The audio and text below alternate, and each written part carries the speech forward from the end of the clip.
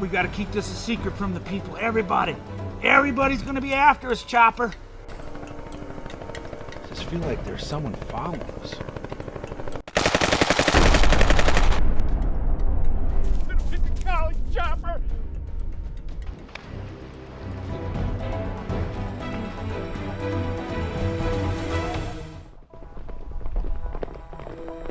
Oh, no, you don't. You ain't going nowhere. We got him, Chopper!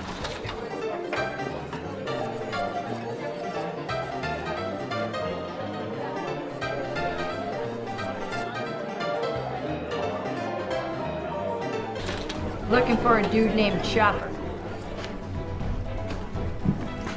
Long haul to China, Chopper. I just feel like there's someone behind.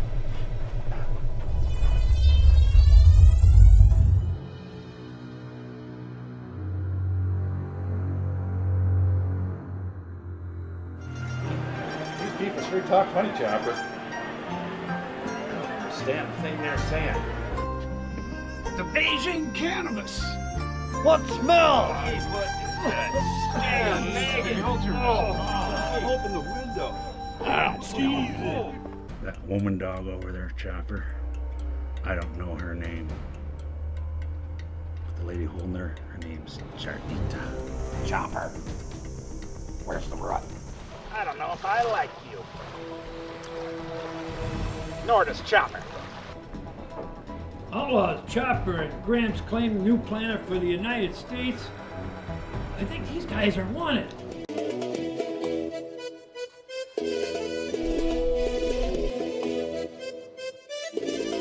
I'll save you, Chopper!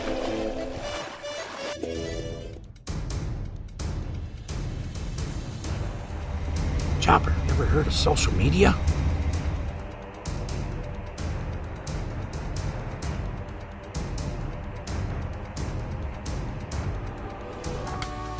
Those dudes are weird.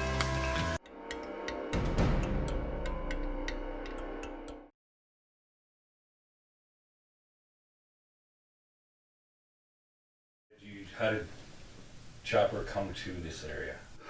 Well, about 11 years ago, a young couple, Jeff and Erica Michael, they were passing through a parking lot at a Walmart in Fairmont, Minnesota.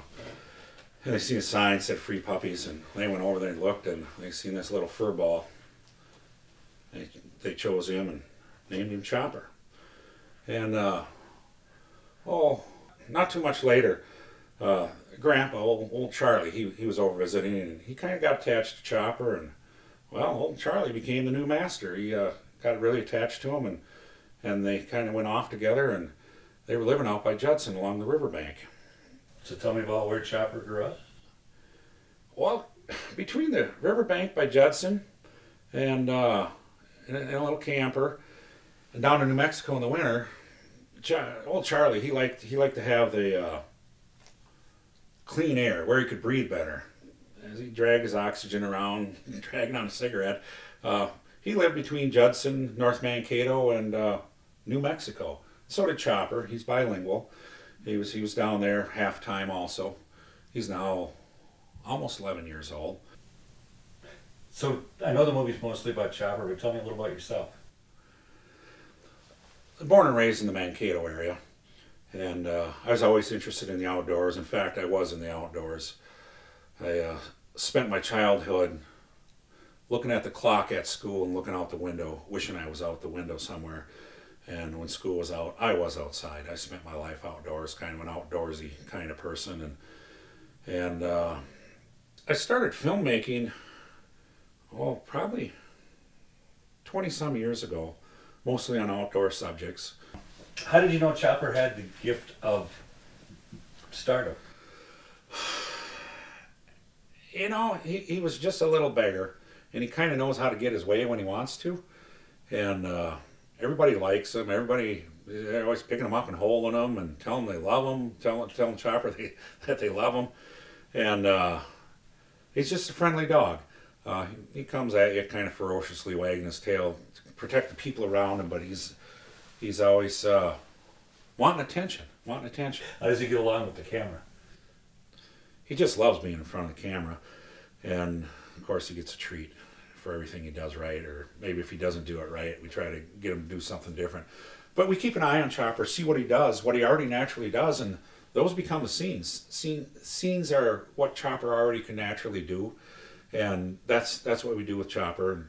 Just have him do what he naturally does, create scenes around that, and we create scenes around things and people and things people have said in life and things that I've seen that I recall, and we put all these scenes together, tried to make them flow, and thanks to Don, my editor, he made things flow because most everything I did just didn't make sense, and we put it together and we filmed a few scenes to make things fit, and we came up with a feature-length movie, an hour 48 minutes long, called Outlaws Chopper and Gramps.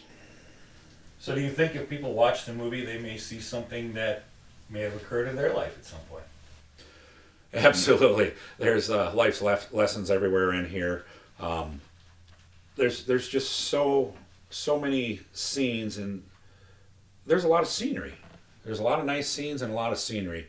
We take people all over the U.S., basically, well, about 8 states where we filmed. And we do a lot of underwater scenes. We do some space scenes, some green screen work.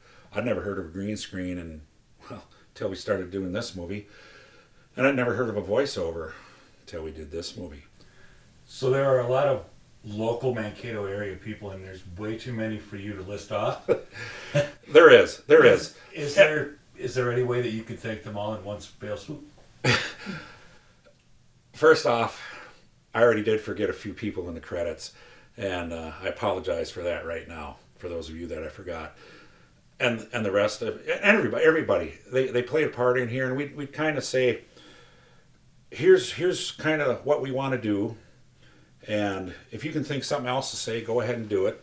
And a trick we used here was, we'd say, you want to give it a practice shot before we film you? And the cameras would be rolling, they'd give her a practice run, and I'd say to Don, well, how'd that look, Don? He'd say, pretty good. Should we do another take quick? And the people were like, you were filming me? And then it wasn't such a big deal, but I'm not the only one that was camera shy in my life. Most all these people were. Some of them were in plays and things in school, and we had a yodeler here. There's a few yodelers we had around the state of Minnesota. We had one in town here. He'd recorded an album or two back in the day, and a lot of artists. There's a lot of artists. There's just a lot of talent wherever you go. Not just here, but everywhere. And this is kind of a local movie, even though we filmed in a lot of other places. We had a lot of local help and behind the scenes. And the people that were in it were just incredible. And a lot of them did come up with their own lines. And then, of course, things that went wrong, a lot of these things that went wrong became part of the movie, and really good scenes. So what do you expect with the release of the movie? I expect the unknown. I really don't know what to expect. I can't answer that question. I know what I'd like, but I completed the movie, or we completed the movie. It was a big job with a lot of people, lots of thousands of hours. We're in our 5th season, the beginning of our 5th season, and it's out now. It's 2020, COVID, Corona, whatever you want to call it. There's some setbacks. It didn't come out in a theater. We were going to do an outdoor big screen showing, and it just didn't work out. The weather turned colder come fall, and then we were going to do a ballroom, and had seating with social distancing, 250 people, and that building would look empty here at the Cato Ballroom in Mankato. And things are shut down, so we just couldn't do that. So we're just coming out on DVD for the local people around here, around the Mankato area, southern Minnesota, wherever they might discover this from. And it's going to be sold on the counters at places I frequent, a few convenience stores, maybe the liquor store, and lower North Mankato, PJ's. Just different places, New Ulm, St. Peter, and a few other outlying small towns. And we're going to give you a list of where they're at here coming up. Where can they find it? Well, we're at the stage where we're putting them out right now. So give me a couple more days if you would. Still get them out for the folks here, so you can still do a little easy Christmas shopping. And they'll be available within about a 25-mile radius, Mankato, 25, 30 miles. There's some in New Ulm. Some more information can be found at youtube.com/Chopper and Gramps and facebook.com/Chopper and Gramps. Thanks for saying that for me, because I have no idea where people would find it, because I'm not that guy. That's your job.